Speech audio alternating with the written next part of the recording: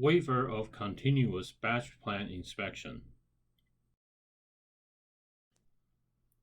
Section 1705A.3.3.1 Waiver of continuous batch plan inspection. Waived by the design professional with DSA approval under either of the following conditions. Condition 1. Batch plan certification is acceptable to DSA. Condition 2. Single-story light frame buildings without basement or retaining wall higher than 6 feet in height, and isolated equipment foundations where D foundations are not used. Continuing with waiver of batch plan inspection. Verify Form DSA 103, line 7E is marked periodic for this condition. When waived, a technician must check the first load at the batch plant each day. Project inspector collects batch tickets for each truck. Continuing with waiver of batch plan inspection.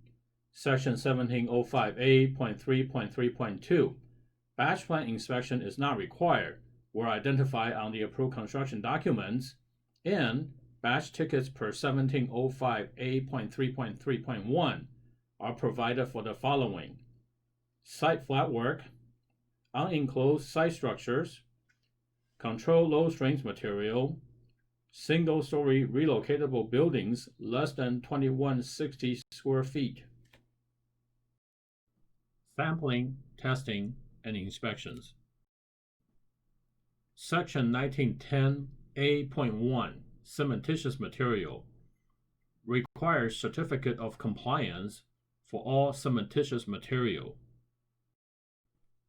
CBC Section 1910A.2 Test of reinforcing bars. If positively identified with mill certs, 1 tensile and 1 bend test per 10 tons per bar size, otherwise per 2.5 tons, CIR 17-10, may be waived for 1-story buildings or non-building structures if mill certs are provided. Elements being waived must be identified on the DSA-approved construction documents.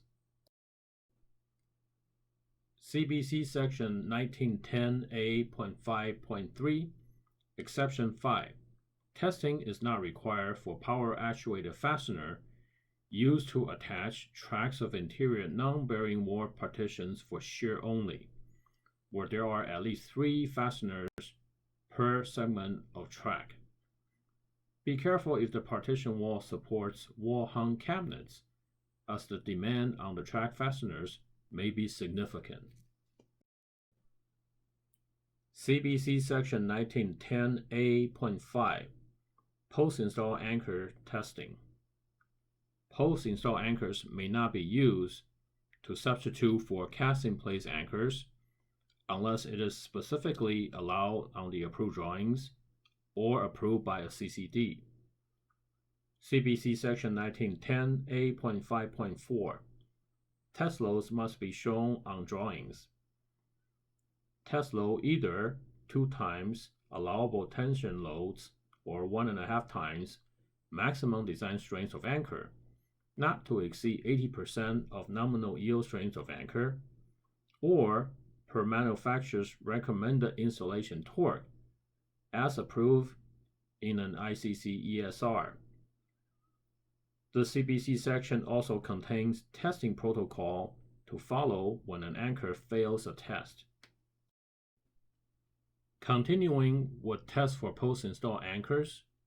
Test frequency: 100% for structural application, 50% for non-structural applications, 10% at sills. Exceptions are undercut anchors, no testing. Load less than 100 pounds, test 10%. Adhesive anchors for reinforcing steel, with limitations such as dowels are used to transmit shear only, with minimum 12 dowels in any member, and uniformly distributed in the member, test 25%.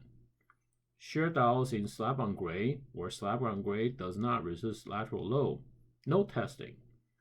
Power actuated fastener for partitions. No testing. The project inspector gets to select which anchors to test.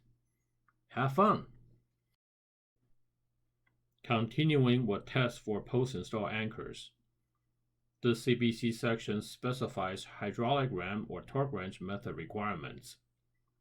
Pull test apparatus supports to not restrict concrete cone failure located 1.5 times the depth of embedment away. Torque controlled post-install anchors and screw anchors may be tested with either method.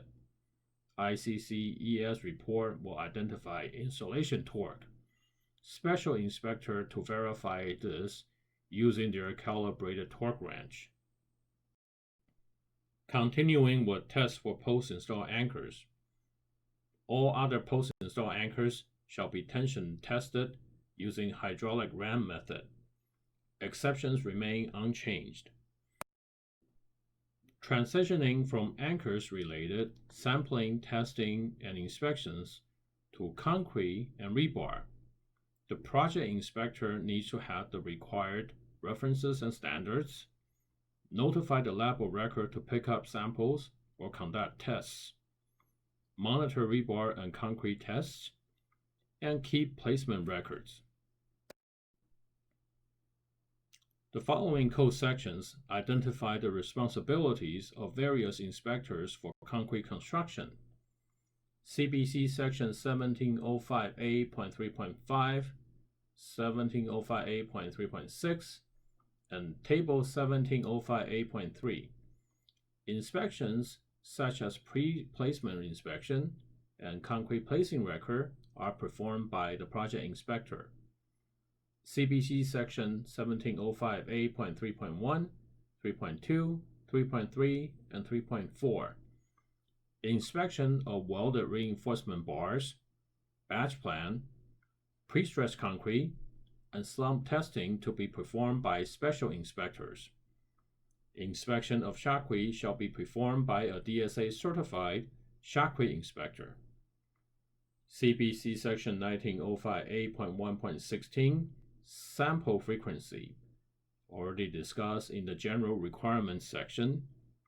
For testing of rebars, 1 tensile and 1 bend test per 10 tons per size if positively identified, otherwise per 2.5 tons. For concrete, once a day or once each 50 cubic yard or 2,000 square feet of slab or wall area. This is an example of slump test. Keep an eye on the concrete tech, especially if your project is on a hillside. Also take a look at the various ASTM related to sampling and testing of concrete. ASTM C31, standard practice for making and curing concrete test specimens in the field. ASTM C94, standard specification for ready-mix concrete. ASTM C143, standard test method for slump of hydraulic cement concrete. And ASTM C172, standard practice for sampling freshly mixed concrete. While it is a responsibility of the lab of record to make sure the concrete tech is familiar with the various sampling and testing procedures, it is beneficial for the project inspector to be familiar with these requirements as well. The project inspector needs to clarify what the SEO are regarding the tolerance of slump if it's not shown on the approved drawings or the SEOR approved mix design. This slide illustrates how not to store cylinders. There is a potential that these cylinders are not acceptable or may not provide accurate information. Project inspector needs to alert the structural engineer of record and see if coring is necessary. The proper way to store cylinders is shown on this slide. ASTM C31 requires cylinders to be maintained between 60 degrees Fahrenheit and 80 degrees Fahrenheit for 48 hours and prevent moisture loss. Heater or ice packs may be necessary to maintain the proper temperatures. A thermometer should be used to monitor the temperatures in the box.